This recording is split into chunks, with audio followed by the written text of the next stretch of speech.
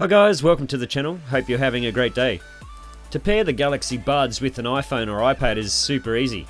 First of all, make sure the buds are closed and that they are fully charged. Next up, open the charging case. The earbuds will automatically enter Bluetooth pairing mode. On your iPhone or iPad, open up your settings and go into Bluetooth. And make sure your Bluetooth is turned on. If everything works correctly, you should see the Galaxy Buds pop up. Simply tap on the buds to connect them to your iPhone or iPad. If the buds don't show up on your iPhone or iPad, try restarting your device.